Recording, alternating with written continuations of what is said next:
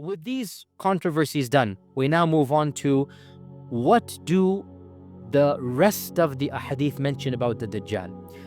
And I'm not going to go over them one by one because it's a bit too advanced, but I'm just going to summarize for you. Of the things that are mentioned in authentic ahadith, the Prophet ﷺ said, every single Rasul has warned his ummah about Dajjal from the time of Nuh alayhi salam. And I too shall warn you about the Dajjal. Now, this is actually very interesting for us as Muslims. Why? The Prophet ﷺ is saying the concept of Dajjal is found in all previous traditions. And guess what? We find it very clearly in the Christian tradition. As for the Jewish tradition, I have just scratched the surface. I'm not an expert, but I did my research. It appears that they don't really have this concept of the false Jesus. But believe it or not, some sects of the Jews have the concept of the false David, Ajibullah, the false Dawood. And Allah knows best, but it appears to be that because they took David as their main figure, and the folklore remains about the false one coming, so they took their main figure, David, and they made a contrary figure of him. There should be a false king David, and Allah knows best. And this is a small segment of the Yahud. And by the way, the vast majority of modern Jews, they have abandoned these types of tales. They no longer believe in this anyway, as you know. The vast majority of them, they just look at these as folkloric traditions. And in fact, many of them don't even consider their law binding anymore. As you know, they are what they call modern or reform Jews, and that's a whole different, that's the majority of American Jews. You should all know this. Another tangent, but this is known. You should know this as American Muslims. You should know there are three main firqas of Yahud, of Jews in America. Number one, that's the smallest. You want to begin with the smallest? No problem. Orthodox. This is the smallest, maybe 10 to 15%. And they are the strictest, and they are the literalists, and they want the ones who you can, and they have many firaq as well, and they have the Hasidics and whatnot. Number two is conservative, maybe around 20-25%, the next larger. But the majority are, number three, reform. And reform, essentially, there is no aqeedah they have to believe in at all, and there is no sharia they have to follow. They are more of a civilization. So what I'm saying, one group says the false King David. This is one group of the Orthodox. Very, very, very small percentage. Majority of them, these are just folklore tales they don't care about. It's gone. But my point is interesting here. The concept of the false Messiah or the false David is there amongst one group. Where did it come from? The Prophet ﷺ said, every prophet warned. So we believe the Prophet Musa would have warned. We believe this. That remained, and it was then taken by some group and converted this way.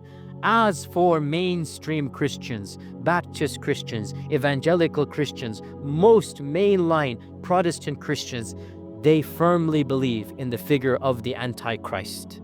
They call him the Antichrist. And they believe in this thing called the beast.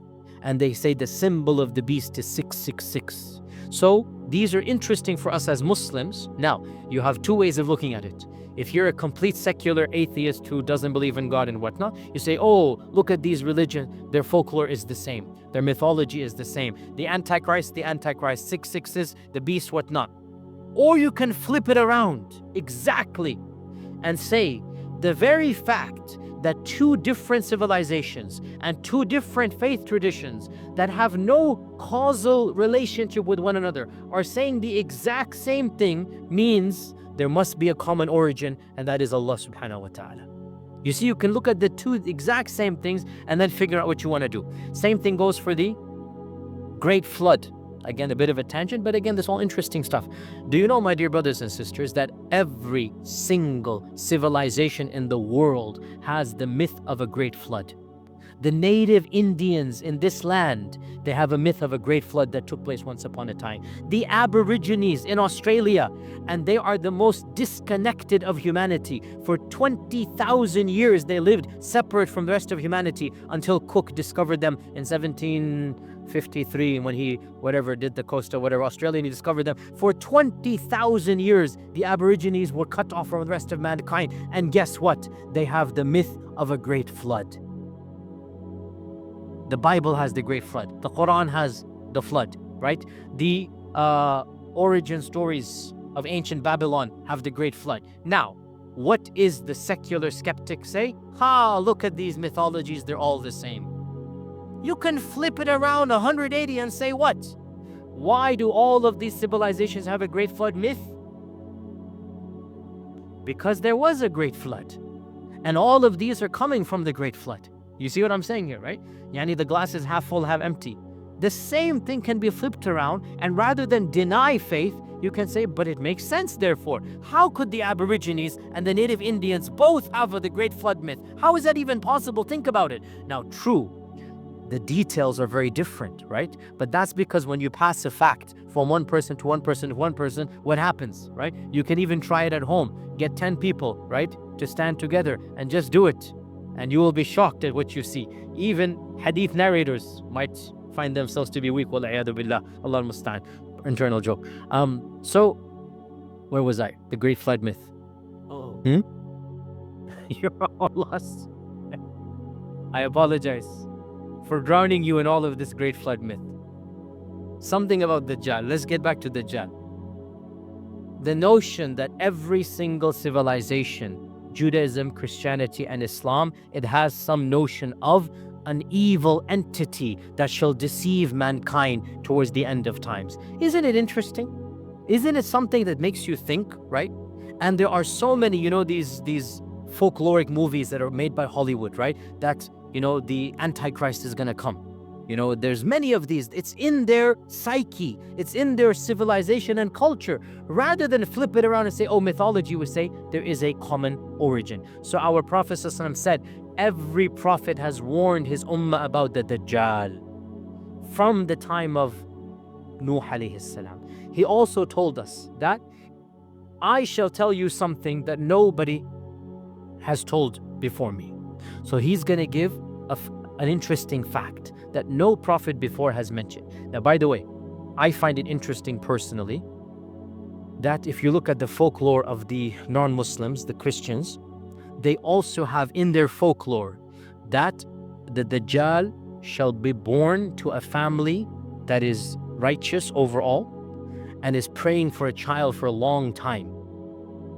And that the child will come and will flip on the parents. This is something in their folklore. We find it in our traditions as well, okay? And one thing we do not find in Christian folklore at all, in Jewish folklore, is that the Dajjal will be deformed. And what do we find in Sahih Bukhari and Sahih Muslim? The Prophet ﷺ saying, I will tell you something that no other prophet told his people, that the Dajjal will be deformed. Subhanallah. Look, do you guys understand what I'm saying here? You guys understand what I'm saying? Certain issues of the Judeo-Christian folklore matches with ours. This one thing that the Prophet ﷺ said, I am telling you, and no prophet before me told his people, is that he shall be born and one of his eyes is deformed. And guess what? That is not found in any of the Judeo-Christian folkloric tradition. Isn't that amazing? And this is a sign of Iman for us. Now, is it the right eye or the left eye? A huge controversy between our scholars, which is very little, not much of a fruitful discussion for us. Some ulama say both of his eyes are going to be, because I'll tell you what is the issue. Once again, authentic hadith seem to potentially contradict. One hadith mentions his right eye will be like a grape. One hadith mentions left eye will be like fested, putrid. Does it mean that one of the narrators messed up and the Prophet either said right or left, or does it mean both eyes are messed up? Allah knows best. Allah knows best. Some ulama try to make jama' and they say, but it appears to me that Allah knows best that one eye is going to be messed up and the other eye will be normal. So this is something the Prophet mentioned, that the one of the eyes will appear like a rotten grape. So a grape that you leave it for a while, it pops open, there's a brownish area, disgusting to look at. That will be the eye of Dajjal. So the Prophet is saying recognize that man when you see him. There will be one eye that will be open and evil and putrid and festering and what disgusting. That is one of the sign of Dajjal.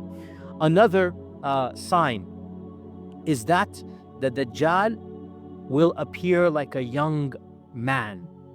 So he's not going to be an old person. He will appear like a young man. Yani 20, 30 years old. He's not going to be 50, 60, 70. His shakl, his facial features will be that of a young man. Another sign, the Prophet ﷺ mentioned that the Dajjal will have curly hair. So he's not going to have straight hair. He's going to have curly hair. Okay? You don't need to look at your fellow friends and measure him, whatnot. Calm down, bro. Bismillah. Let us pray none of your friends are Dajjal, or else that makes you the supporter of Dajjal. So look at it that way. When you make fun of your friend as a potential Dajjal, you become the supporter of the potential Dajjal. So be careful who you make fun of. So another sign is that the hair is going to be curly. And one of the signs that we are all aware of, the Prophet ﷺ said, every Muslim with an ounce of Iman shall recognize the words kafir written on the forehead of Dajjal. Now, this sign is a sign of Iman. It is not a physical sign, because the kafir will see Dajjal and not see anything, right? It is something that Allah will give to the believer. This is the eyes of the qalb, not the eyes of the heart, not the eyes of the physical eyes. So the mu'min will see the Dajjal and will see written on him kafir, and then to emphasize the point, the Prophet ﷺ spelled it out. Kafara will be written, kafir will be written on his forehead. So this is something that is also authentically mentioned. As well, our Prophet ﷺ mentioned that the Dajjal shall travel the whole world, will visit every city. Now, when something mentions in the Quran everything or every city or every issue, some people want to interpret this literally, that every single small village shall be visited by Dajjal. We need to understand the word kullu in Arabic. We should know this as Arabic. The word kullu does not necessarily mean the English every. It can mean a lot of. It can mean a lot of. And it can mean every. You understand? So the word kul in Arabic does not necessarily mean every in English. It could also mean a lot of. And we know this from the Quran and Sunnah. Allah says in the Quran, تُدَمِّرُ كُلَّ شَيْءٍ بِأَمْرِ رَبِّهَا. The wind of Thamud destroyed everything. But it's not everything. Did the wind that was sent to Thamud destroy the rest of the world? But Allah says كُلَّ شَيْءٍ. So the word kullu, and also وَمِن كُلِّ شَيْءٍ خَلَقْنَا زَوْجَيْنِ. This is one of those things that, if you some people leave Islam, the murtads, for the most trivial reasons, because their own ignorance doesn't understand the Quran. When they don't understand the Quran, they end up rejecting Islam. And I've read online one of the famous murtads who is rejecting Islam and making fun of it. He goes, look, the Quran says وَمِن كُلِّ شَيْءٍ خَلَقْنَا زَوْجَيْنِ, and the amoeba is not zawjain. Because of this, he becomes kafir. And I say his mind is the size of an amoeba. That's why he became kafir. Doesn't know basic Arabic. When Allah says, وَمِن كُلِّ شَيْءٍ خَلَقْنَا زَوْجَيْنِ, it does not mean that every single species must be zawjain. It could mean the default is zawjain, and that is the reality. Doesn't mean that every single entity has to have zawjain. You can have asexual reproduction, which takes place in our world. See where I went from where to where, subhanAllah. So now we have a few minutes for Q&A before Salat al-Isha. Bismillah, yes. So it's a very good question by our brother, that how, if we say, according to Shaykh Rashid Rida and others, if we say that the hadith of Tamim ad-Dari is not authentic, how did it happen? Did the Sahaba, astaghfirullah, mess up? We have to realize the average chain of narrators between Imam Muslim, Imam Bukhari, and the Prophet is 6 people. Don't jump right at the Sahaba. There's plenty of people in the middle where, and this is actually well known for those who study Hadith, sometimes the third, fourth narration, and this is very common, he might have heard something from someone, and when years go by, he assumes he heard it from a narrator of Hadith, and he then projects it mistakenly. Mistakenly, he projects it to a Hadith, and it's not a Hadith. Okay? And this is the job of the more discerning scholars to sift through. And that's why I said, do we even want to open this door? And I said the majority did not open this door, which is why they considered the Hadith of Tamim to be authentic.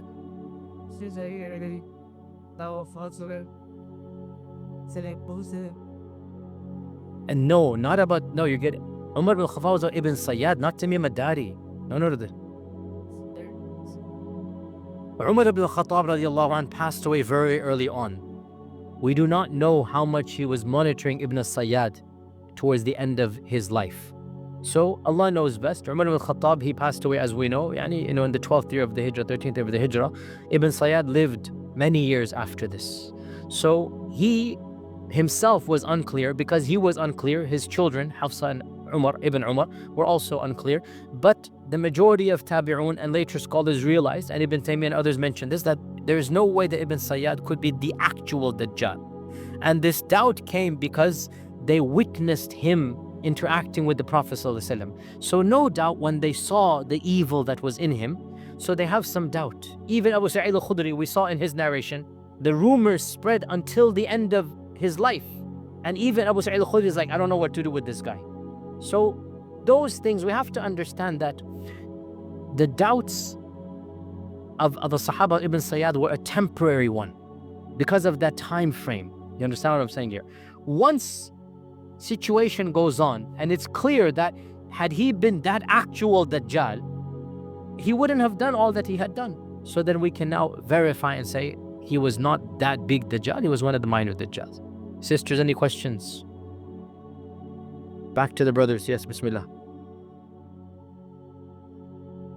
Do we just mention? Oh, Ibn Sayyad. No. The Prophet ﷺ did not see Ibn Sayyad having kafara on him. Also, Ibn Sayyad was a child in the time of the Prophet ﷺ. And the doubt was, is he going to grow up and become that Dajjal? Right? So, from the traditions we learn that the Dajjal will grow up in a regular household. And he will become Dajjal in a day. Like Hafsa said, something will happen to make him angry. Then something's going to happen and then the Dajjal will appear out. Before that, he's just an evil person. So this is the doubt. Was this Ibn Sayyad that evil person? No, the minor Dajjals are not going to have kafara and they're not going to have awar. No. Why did they think? But they were worried Ibn Sayyad might become the Dajjal. And when he becomes Dajjal, Kafir will appear. When he becomes Dajjal, all of the signs are going to come. They will show. That was the issue, okay? Assalamu alaikum wa rahmatullahi wa barakatuh.